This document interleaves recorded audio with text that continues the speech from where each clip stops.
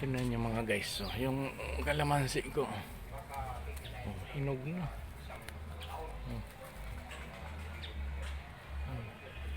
Hinog na. Kailangan pitasin na.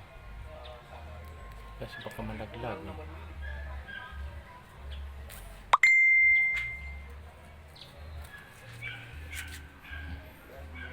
Hinog na. Ang liit lang ng puno. May bunga pang isa.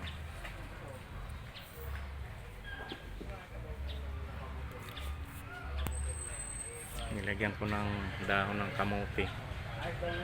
Tinaniman ko siya ng kamote. Tanim siyang kamote. Pwede ng talbusan. Pwede ng talbusan yung kamote ko.